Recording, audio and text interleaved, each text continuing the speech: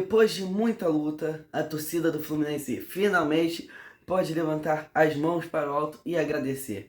O Fluminense está na Série A de 2025. Depois de muita luta, né? O Fluminense conseguiu escapar desse rebaixamento, conseguiu ainda garantir uma vaga na Sul-Americana nesse jogo de hoje contra o Palmeiras, que foi um jogaço que foi para deixar qualquer tricolor com o coração quase pulando para fora do corpo. Mas vamos falar agora sobre a partida entre Fluminense e Palmeiras.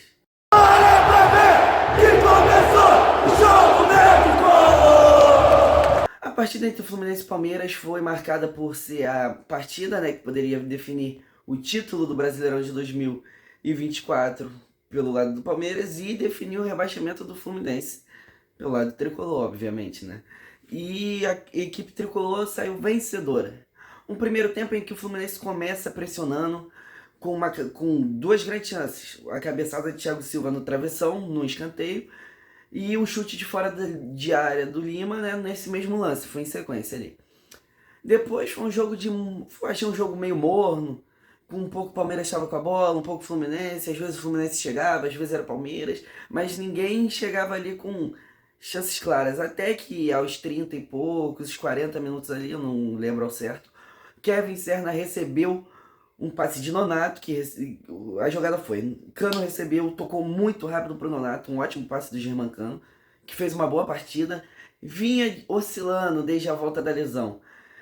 Jogou alguns jogos bem, marcou, jogou uns jogos mal, e nesse jogo de hoje jogou bem contra o Palmeiras. Deu um passe rápido pro Nonato, o Nonato já abriu na ponta pro Serna, Serna recebeu na ponta, cortou pro meio, e bateu de esquerda, tirando sem chance pro Everton. Um contrapé do goleiro ali, ninguém consegue pegar.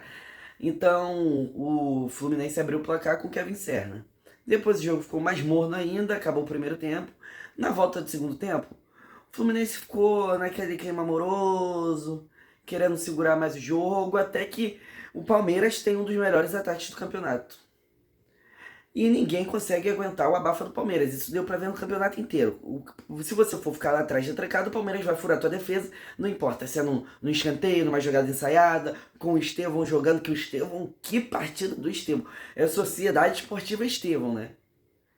Sociedade Estevão Palmeiras, né? Porque, caramba, só deu Estevão do lado do Palmeiras, né? Se não fosse o Estevão, o Fluminense tinha ganhado demais. Porque o Estevão fez boas jogadas. No primeiro tempo teve duas faltas, né? Uma que o Rafael Veiga bate pra fora e a outra que o Estevão bate também pra fora. Eu acho que é pra fora. Duas boas faltas. O Estevão que trouxe muito perigo ao Fluminense. Então pode vir numa jogada dessa, pode vir numa bola vadia, né? Como pode se dizer assim. Que é uma bola que bate, rebate, bateu o gol contra. Uma bola que sobrou, o cara chutou de primeira e acaba que faz um golaço, como foi o caso desse gol do Fluminense. Que o Fluminense tomou no caso, né?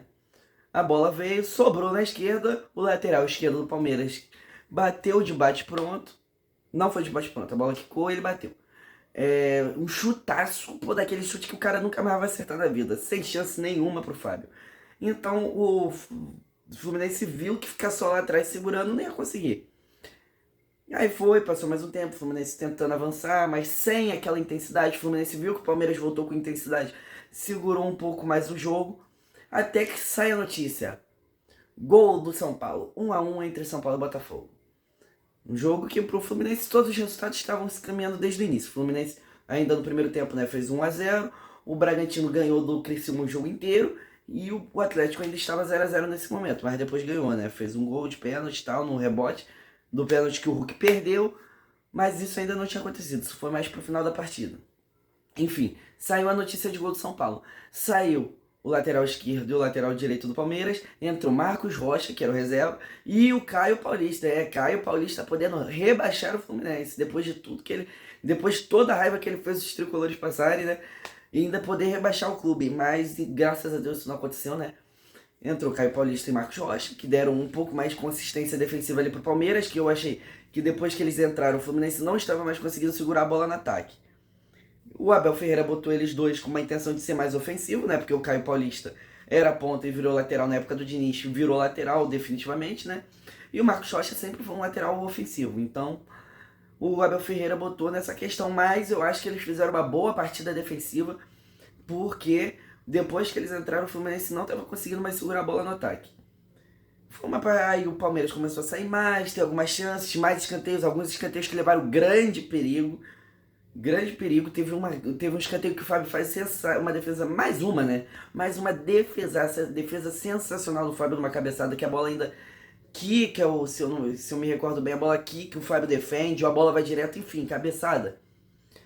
É muito difícil pro goleiro. Eu falo isso com um pouquinho de experiência própria, né? Que eu fui um atleta durante um tempo de futebol, que eu sou atleta de judô. Mas eu era atleta de futebol e era goleiro.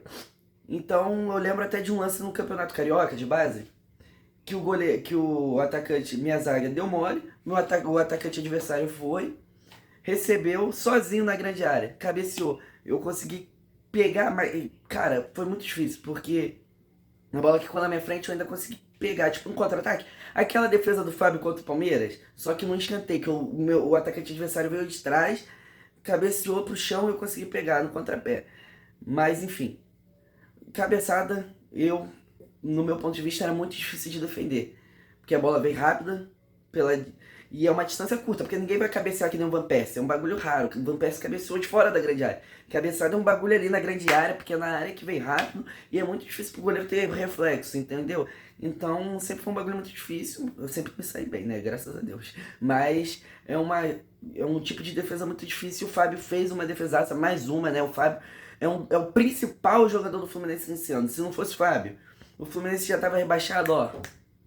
Se fosse um goleirinho mediano, ruim, que nem o Marcos Felipe era, o Fluminense com certeza teria sido rebaixado. Porque o Marcos Felipe era um goleiro que não passava segurança nenhuma. E quando o time está ruim, o que o time precisa? De um goleiro que passe segurança. E é o que o Fábio passa, né? Porque pode chutar, pode ser o Cristiano Ronaldo chutando. Você vai ter segurança no Fábio. O Fábio sempre passa segurança, entendeu? Então o Fábio pra mim é um dos principais nomes desse ano do Fluminense, se não o principal, né? Pra mim é o principal.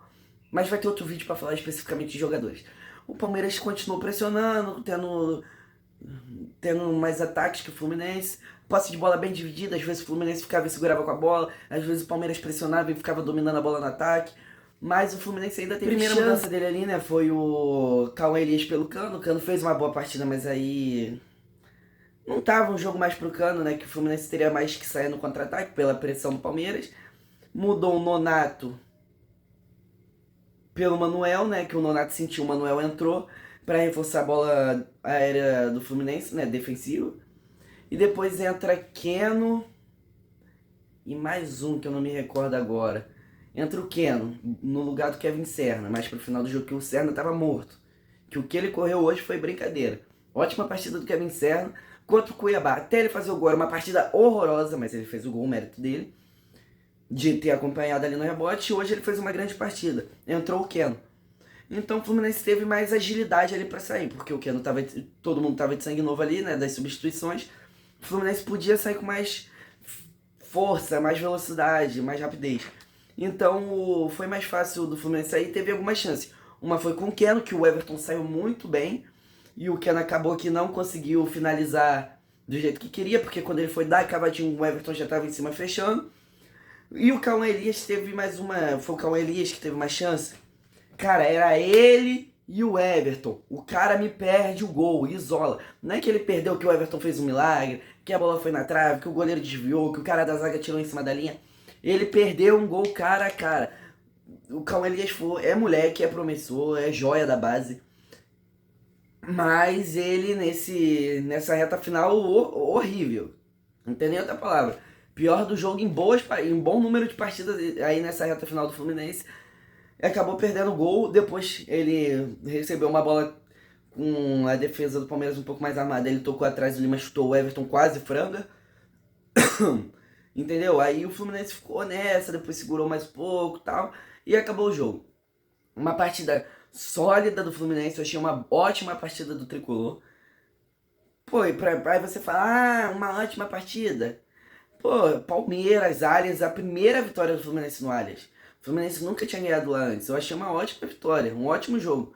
Porque o Fluminense, devido às condições do adversário e devido às suas próprias condições, o Fluminense entrou com a intenção de se defender, mas não de fechar a casinha lá atrás, também sair, também tentar. O Mano Menezes fez uma ótima opção técnica ali de botar os três volantes em vez de botar o Ganso, que ele mesmo falou na coletiva que foi por opção técnica, porque com o Ganso ele não consegue fazer o tripé de marcação de volante, né?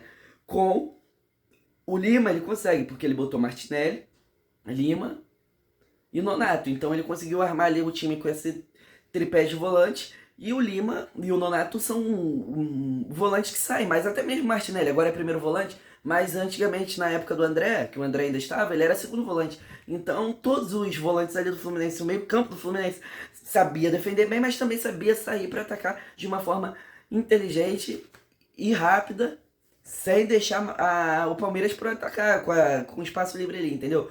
Então o Mano Menezes armou bem o time, boa estratégia de jogo do treinador do Fluminense. Enfim, e o Fluminense conseguiu, enfim, vencer no Allianz e escapar do rebaixamento. Foi na última rodada, foi sofrido, mas enfim, podemos falar que estamos livres desse pesadelo.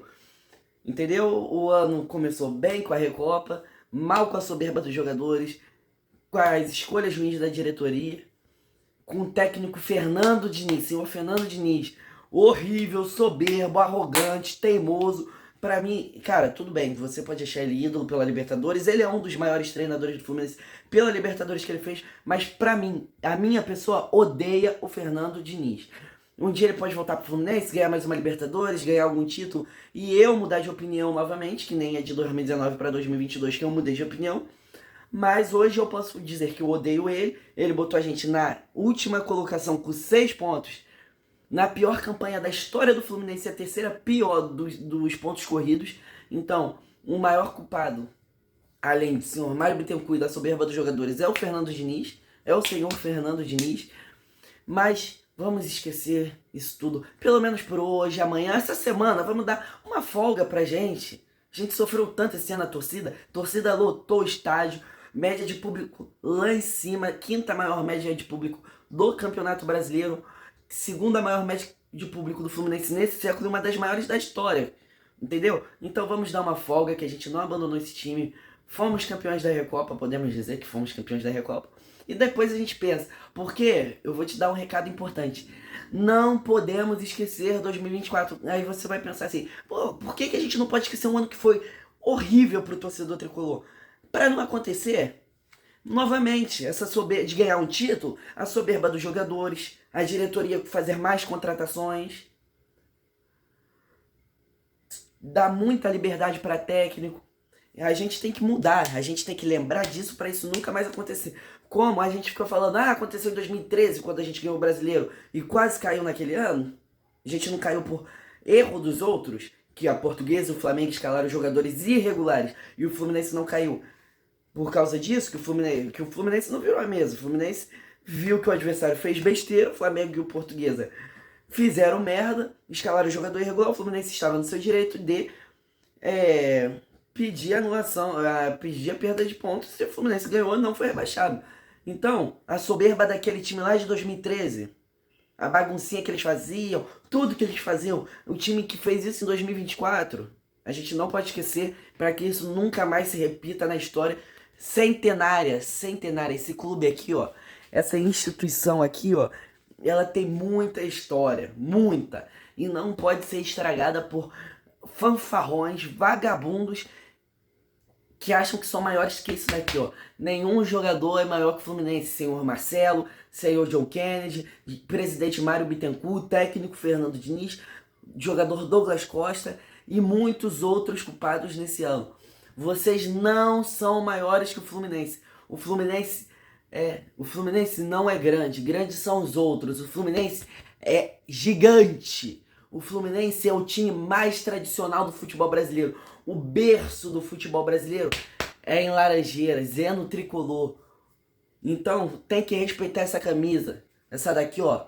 Essas camisas centenárias aqui. Tem que respeitar. Não é porque você ganhou um título, não é porque você fez o gol do título, Emerson Sheik, John Kennedy. Eu vou virar ídolo dessa merda com 20 anos. Você é um vagabundo. Enquanto o Fluminense estava na merda, você estava indo pra baladinha, estava chegando atrasado em treino.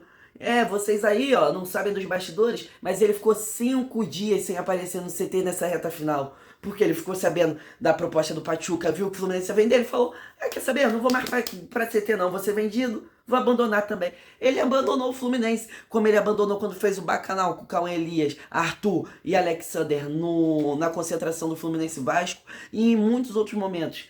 Então, o Fluminense escapou, está na Sul-Americana em 2025.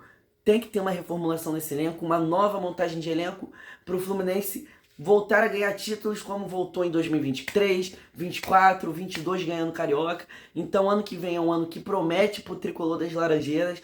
Então vamos todos juntos, né, que foi essa campanha agora na reta final, vamos todos juntos lutar por um ano de glórias para o Tricolor. Vamos em busca do Carioca, Brasileirão, Copa do Brasil, Sul-Americana e do Super Mundial. Vamos ver se a gente belisca 2 pelo menos, né?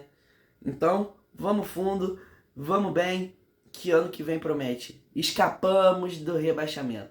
Comemore, Tricolor, relaxa um pouco, descansa, que depois a gente volta a pensar em 2025 no futebol tricolor. Valeu, ótimo dia, ótima noite, ótima tarde, depende de quando você está vendo esse vídeo. E valeu, saudações tricolores.